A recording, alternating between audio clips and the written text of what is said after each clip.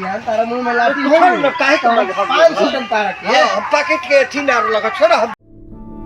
आइए देखते हैं बैठन मजा आएगा। खा रहा है आप ही लोग का वीडियो शुरू से अंत तक देखिए, मजा भी लीजिए। इस बाबा के हम दिखाते हैं, देखिए इसी बाबा का हम दिखाते हैं। तो स्प्राइट पिए के चक्कर में नहीं मन छोड़ ना बेकार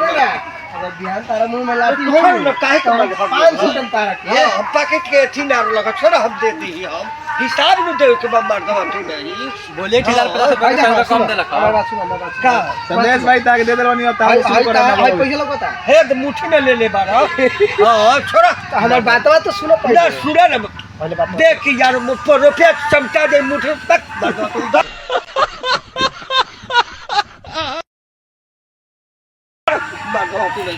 जा नाम दे के एक मुंह में लाती कह दी भाई 300 तारा के दे देना काहे का हम दे बाबा 300 पैसे ना मिली था ना हमरे नाम मिली हमारा हिसाब हम देले बा देबे के ना एक और रुपया ना 25 खर्चा हम फट जाई हां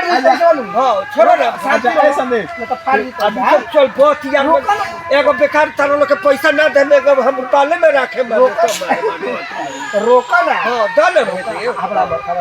खबरा मत तारा के पैसा हम दे अच्छा एक काम कर तू पहले एगो 100 नोट इंगा के दाइन कर पैसा फिर आराम से बात करी पता नहीं। अच्छा दे देता हूं ए देखिए दोस्तों, बाबा स्प्राइट के चक्कर में शोक मनावतान, पैसा कट गल हत ये हवन बाबा। बाबा तू किन लहनु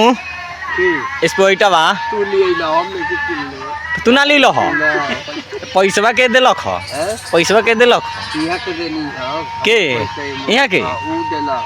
के ऊ देले बारा आउ तो कहतान की भौगा देनी लो कटाई दूर के में से कटाई तो तोहे में से नु